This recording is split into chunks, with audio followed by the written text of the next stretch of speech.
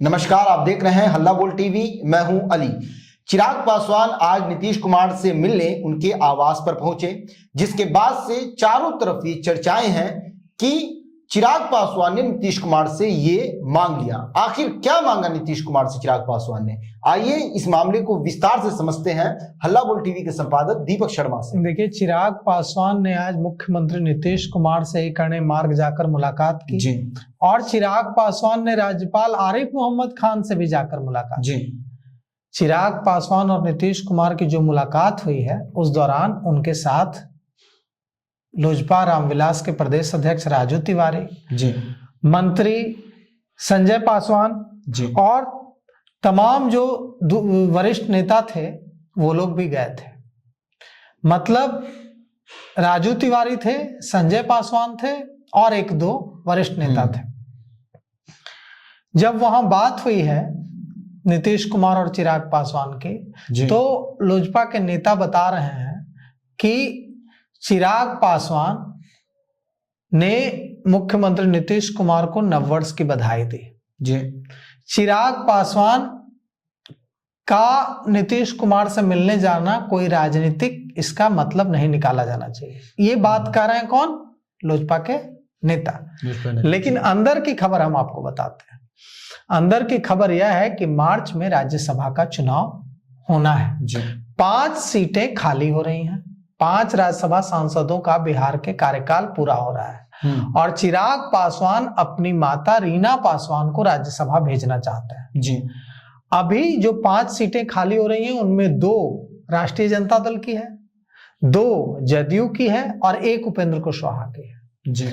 2 जो संख्या बल के हिसाब से बात करें तो बिहार विधानसभा में कुल सीटों की संख्या है 243 और इसमें 202 सीटें हैं एनडीए के पास।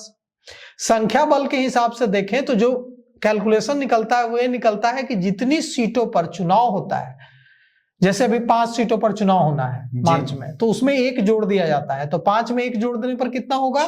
6 और 6 को विधानसभा की कुल सीटों की संख्या से भाग दे दिया जाता है, डिवाइड कर दिया जाता है। तो 6 से डिवाइड कर दिया जाएगा 243 को, तो आता है 40.5। मतलब एक राज्यसभा सांसद भेजने के लिए 41 विधायक चाहिए होंगे जी। उस हिसाब से आरजेडी अपना एक भी सांसद नहीं भेज पाएगी। उनके जो 2 सांसद हैं, प्रेमचंद गुप्ता और केडी सिंह, दोनों का, एडी सिंह और प्रेमचंद गुप्ता, दोनों के वापस रिपीट होने की कोई संभावना नहीं है जी। अब सवाल उठता है कि बीजेपी के 2 चले जाएंगे और जदयू के 2 चले जाएंगे, लेकिन 5वीं जो सीट उपेंद्र कुशवाहा की है, ये कहा जा रहा है कि उपेंद्र कुशवाहा को भारतीय जनता पार्टी रिपीट करने इस बार नहीं जा रही है। अच्छा। तो उस सीट पर चिराग पासवान, जो 5वीं उपेंद्र कुशवाहा की सीट खाली हो रही है, उस सीट पर चिराग पासवान चाहते हैं कि उनकी माता रीना पासवान राज्यसभा जाए। अच्छा। और इसी की जुगलबंदी चल रही है, इसी के लिए कोशिश चल रही है, इसी के लिए जोड़तोड़ चल रही है। और आज की जो मुलाकात है, इसमें भी हालांकि लोक जनशक्ति पार्टी रामविलास के किसी नेता ने इसकी पुष्टि नहीं की है, न नीतीश कुमार की पार्टी जनता दल यूनाइटेड के किसी नेता ने इसकी पुष्टि की है, लेकिन राज्यसभा चुनाव को लेकर चर्चा जरूर हुई है। अच्छा। और चिराग पासवान चाहते हैं कि उनकी मां रीना पासवान जाए, और यह बात पता चल चुकी है जीतन राम मांझी को। इसीलिए जीतन राम मांझी ने एकदम ऐलान कर दिया है कि भारतीय जनता पार्टी ने उन्हें धोखा दिया है। उन्हें भी वादा किया गया था एक राज्यसभा सीट देने का, लेकिन अब राज्यसभा सीट देने से बीजेपी इनकार कर रही है। उन्होंने बकायदा कह दिया अपने बेटे को, किस देखा संतोष, बीजेपी कहलवा हल कि 1 सीट राज्यसभा के देम, दिल को ना, अब सड़क पर उतर के आंदोलन करे पड़ता हुआ। मतलब जीतन राम मांझी ने कहा अपने बेटे को, इसका लूज ट्रांसलेशन ये है कि जीतन राम मांझी ने अपने बेटे संतोष सुमन, जो बिहार सरकार में मंत्री हैं, उनसे कहा कि बीजेपी ने वादा किया था 1 राज्यसभा सीट देने का, भारतीय जनता पार्टी धोखा दे रही है, दे नहीं रही है वादा करके, तो अब हमें सड़क पर उतरकर आंदोलन करना होगा। हम मंत्री पद से इस्तीफा देने के लिए तैयार हैं, आप भी तैयार रहिए। हमको राज्यसभा सीट नहीं मिलेगी तो हम मानेंगे नहीं। मतलब बीजेपी में ही बगावत स्टार्ट हो गई है। बीजेपी में ये तो लोग कह रहे हैं, असली खबर क्या है अली? असली खबर यह है कि जीतन राम मांझी यूं ही बगावत नहीं कर रहे हैं। जीतन राम मांझी को भारतीय जनता पार्टी कह रही है कि आप बगावत कीजिए, मजबूर कर रही है, ताकि जीतन राम मांझी अगर बगावत करेंगे कि अगर चिराग पासवान को मिलेगी एक राज्यसभा सीट तो हमें क्यों नहीं मिलेगी, तो अगर जीतन राम मांझी बगावत करेंगे तो इसका असर यह होगा कि बीजेपी कहेगी चिराग पासवान को कि अगर आपको सीट दे दिए राज्यसभा की तो जीतन राम मांझी इस्तीफा दे देंगे, इसलिए ये सीट भी हम ही रख लेता है। तो जीतन राम मांझी और चिराग पासवान लड़े और भारतीय जनता पार्टी 5वीं सीट भी अपने पास रख ले, मतलब 2 जदयू के नेता जाएं राज्यसभा और 3 बीजेपी के नेता जाएं। शतरंज की एक चाल है, शतरंज की एक चाल है। और चिराग पासवान ऐसा नहीं चाहते हैं। चिराग पासवान चाहते हैं कि उनकी माता जाए। अब इस बारे में ऐसा कैसे होगा? तो चिराग पासवान को सिर्फ बीजेपी का सहयोग थोड़ा ही चाहिए, चिराग पासवान को नीतीश कुमार का भी सहयोग चाहिए, चिराग पासवान को तमाम जीतन राम मांझी का भी सहयोग चाहिए।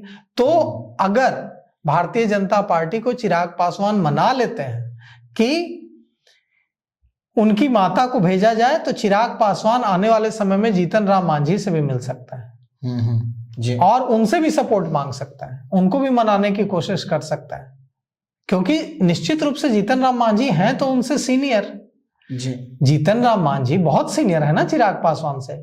चिराग पासवान के पिता रामविलास पासवान भी आज तक बड़े नेता रहे, लेकिन बिहार के मुख्यमंत्री नहीं बन पाए, केंद्र में मंत्री रहे। लेकिन जीतन राम मांझी तो बिहार के मुख्यमंत्री भी रहे और उम्र में भी बहुत सीनियर हैं जी, बड़े दलित नेता हैं। तो चिराग पासवान को अगर भारतीय जनता पार्टी से भरोसा मिलता है तो चिराग पासवान मिलने भी जा सकते हैं जी। चिराग पासवान मिलने भी जाएंगे जीतन मांझी से।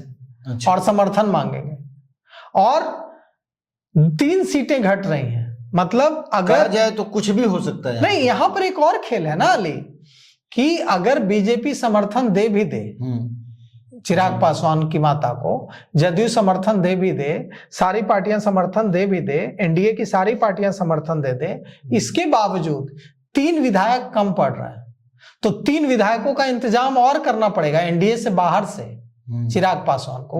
वो इंतजाम तो बीजेपी करके नहीं देगी, नीतीश कुमार करके नहीं देंगे, वो इंतजाम चिराग पासवान को खुद करना पड़ेगा। तो वो 3 विधायक कहां से आएंगे? वो एक बसपा से हो सकते हैं जी, क्रॉस वोटिंग कराई जा सकती है, एक आईआईपी से आईपी गुप्ता हो सकता है, और एक किसी से आरजेडी या एआईएमआईएम के किसी विधायक से क्रॉस वोटिंग करवानी होगी। तो ये बहुत मुश्किल काम नहीं है 3 विधायकों का जुगाड़। तो कुल मिलाकर के चिराग पासवान इसके लिए कोशिश कर रहे हैं कि मार्च में उनकी माता रीना पासवान राज्यसभा में चली जाए। जी, तो सुना आपने किस तरह से बीजेपी और चिराग पासवान और जीतन राम मांझी के बीच में एक शतरंज का मुकाबला चल रहा। देखना यह होगा कि आखिर कौन बनता है राज्यसभा का सदस्य, कौन बनता है, ये देखना जो है बहुत ज्यादा दिलचस्प होगा। कहते हैं ना कि 2 बंदरों के बीच में एक लड़ाई हो रही थी। लड़ाई ये थी कि एक रोटी थी मुकम्मल जिसको बंटवारा करना, तो तीसरा बंदर जो है उस रोटी के बंटवारे के लिए बीच मैदान में कुदक पड़ता है, आ पड़ता है और वो बंटवारा करता है दोनों रोटी का। वो खाता चला जाता है और आखिर में जो होता है दोनों को कुछ नहीं मिल पाता। सेम उसी तरह का ये मुकाबला है। इस पूरे मामले पर आपकी क्या राय है? अपनी राय कमेंट बॉक्स में जरूर दें। तो फिलहाल इस पेशकश में इतना ही। आगे की खबरों के लिए बने रहे हल्ला बोल टीवी के साथ। धन्यवाद।